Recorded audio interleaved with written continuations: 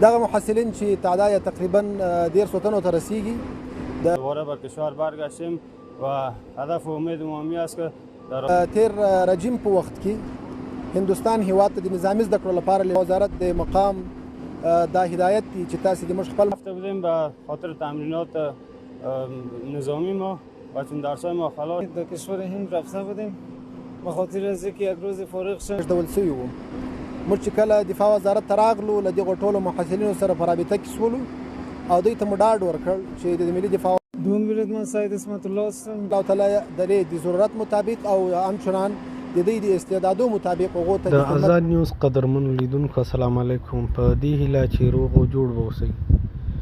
د افغانستان د نوي حکومت د دفاع وزارت خبر ورکړی چې د هند له پوځي اکاډمۍ څخه 30 تنه هغه فارغان تر پوځي زده کړو وروسته بیرته افغانستان ته راستانه شوي چې د تیر حکومت په دوران کې هند ته لیږدول شوي وو.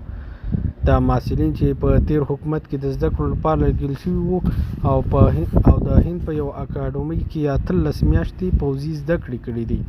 دغه کسان تېره ورځ پنجشنبه د زمري د میاشتې په 8مه کابل ته بیرته راستانه شوي دي او د افغان چارواکو له لوري یې تود هرکلی شوی ده. د ملي دفاع وزارت وایي دغه کسان به د خپلو استعدادونو مطابق په وړ دندو وګماري. نوي راستانه شوي محصلین د افغان چارواکو له کړو وړو څخه ستاینه کوي او د دوی کړو وړه ستایي.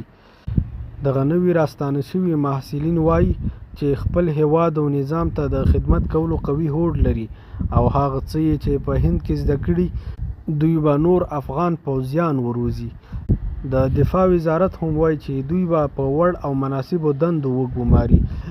د افغان چارواکو له لوري د دغه راستانه شوو محصلینو تود هرکلی وشو او د دغو محصلینو دغه کار یې وستایه چې بیرته خپل هیواد ته راستانه شول.